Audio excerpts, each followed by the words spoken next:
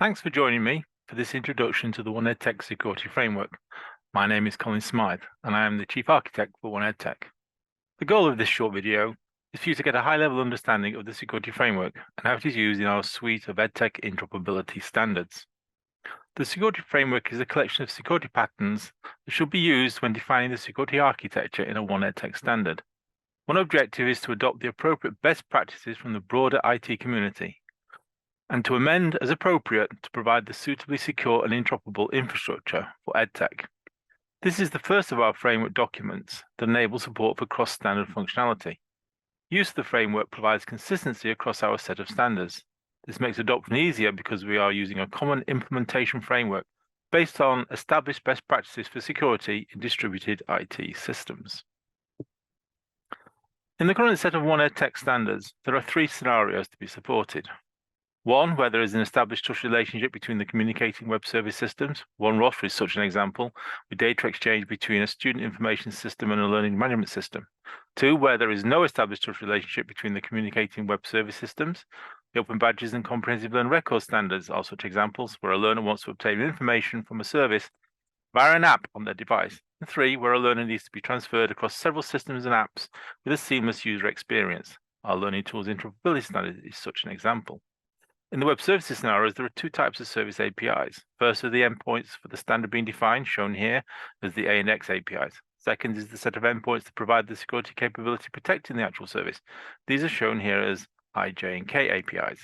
The IJK APIs are based upon security-based standards from the broader IT community, such as the IETF. Only the service-specific APIs are being created by 1EdTech. For web services, here's a list of standards that we've adopted from the Internet Engineering Task Force, who are also responsible for standards such as TCP/IP.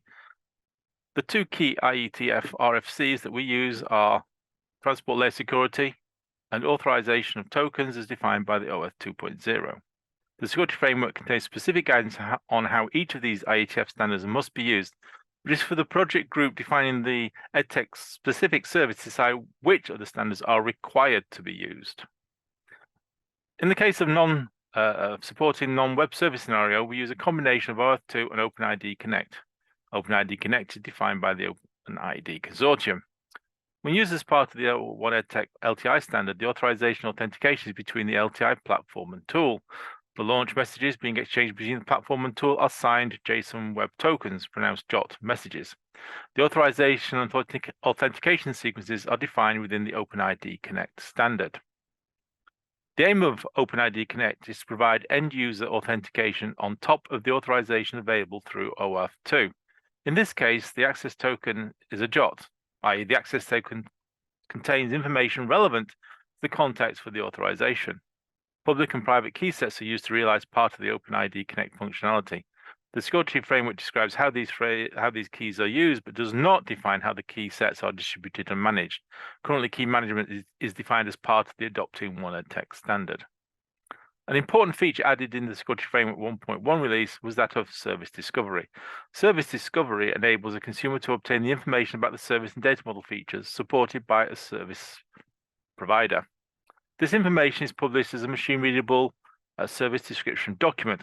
This is a modified version reflecting the functionality of the actual service provider of the original JSON-formatted OpenAPI 3 file that we create as part of the definition of the interoperability service standard. Within 1EdTech, maintenance of the security framework is the responsibility of the Security and Privacy Committee. This is composed of people from the core technical staff and, more significantly, appropriate experts drawn from the 1EdTech contributing members. These experts provide us with insights into how security issues in the broader IT community will impact EdTech. They also support the completion of the annual audit of how the security framework has been used during the previous year in our work on the development and maintenance of our suite of EdTech interoperability standards. Here are various links to obtain more information about the security framework. Note, some information is only available to 1EdTech contributing members. The latest version is 1.1. New versions will be created as and when new functionality is required. For example, when our work on the definition of event message bindings for publish and subscribe-based services is completed, any corresponding new service features must be added to the set of available security patterns in the security framework. Thank you.